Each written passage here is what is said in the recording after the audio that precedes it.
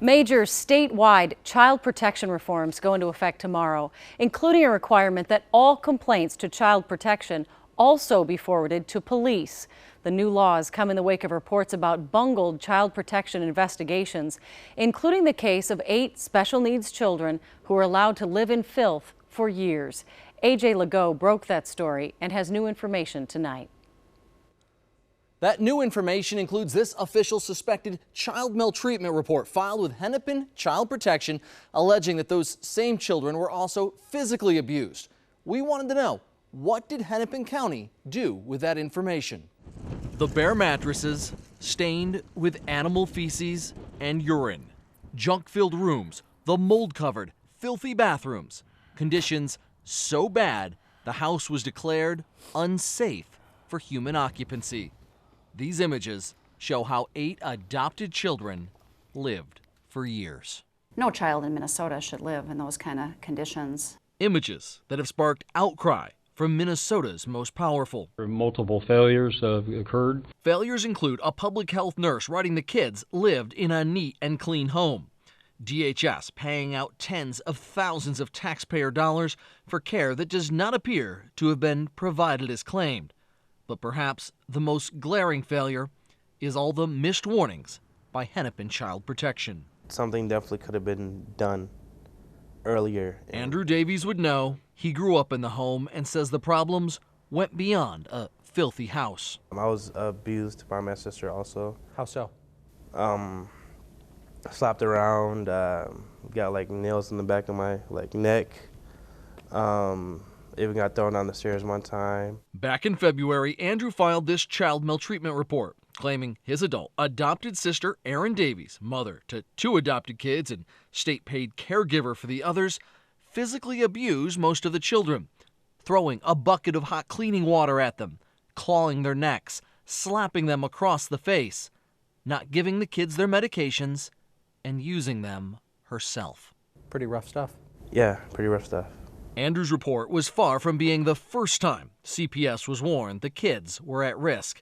This letter shows that someone else made a report in 2010 alleging a child was maltreated, but CPS determined Child Protective Services are not needed. And before that, there were others. You made reports to Child Protective Services? I have in the past, yes. This woman who asked we not show her face is a mandated state reporter, meaning she's required by law to report abuse she sees. She claims to have made several official child maltreatment reports, including once after scraping a long dead cat off the floor of a child's bedroom. It's dead animals, it's animal feces, human feces, it's so much more than you could ever just think of. She says her warnings were ignored. They're not doing their due diligence? No. Child protection records aren't public, so it's hard to know what happened behind the scenes. But Hennepin County tells us if a report is screened in, meaning open for investigation, it's automatically forwarded to local law enforcement. So we went to Richfield, where the Davies house was located, and asked the police department a simple question. Did Child Protection ever forward any of those reports to them? The answer was no. That tells us Child Protection likely screened out all the reports, never bothering to actually investigate if the kids living here were in danger. State data shows Hennepin County, which received 15,500 child protection reports last year, screened out nearly 2/3 of them. Rex Holzimmer is Hennepin's Assistant County Administrator for Human Services. Were too many calls being screened out? I think most of us in the child welfare area would say that there were too many cases screened out over time. The county commissioned a recently completed report on their child safety system. It doesn't mention any specific cases, but concluded child neglect is a low priority, and reports of abuse and neglect are being screened out on questionable grounds.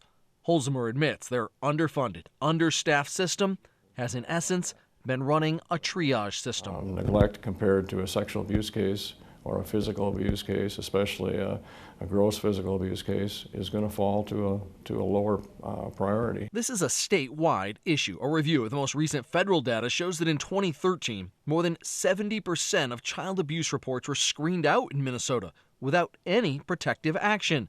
That's the third highest rate in the country. The issue of screened out CPS calls exploded onto the headlines last year following the death of Eric Dean, a little Pope County boy killed by his father's fiancée, Amanda Peltier. I probably slapped him a good 6 to 10 times. Despite 15 warnings that he was being severely abused, he had, scratches, like nail marks on his face, on his head, on his abdomen. Child Protection did not intervene. The picture of 4-year-old Eric Dean will haunt me for a long time. A special governor's task force was created to initiate reform. During a public hearing this spring, one of the cases brought up this is a picture of where 4 girls were sleeping. The Davies house. The investigation did not include a visit to the home, even though the case involves reports of unsafe conditions in the physical home. Just one case out of countless where repeated warnings fell on the deaf ears of child protection screeners. Everybody dropped the ball on these kids, and that's just tragic. Next week, the Hennepin County Board plans to vote on adding nearly 100 new child protection workers and, as we mentioned, a series of new child protection laws that came out of the governor's task force go into effect tomorrow. That includes requiring child protection to share all abuse reports with police, not just the ones they screen in.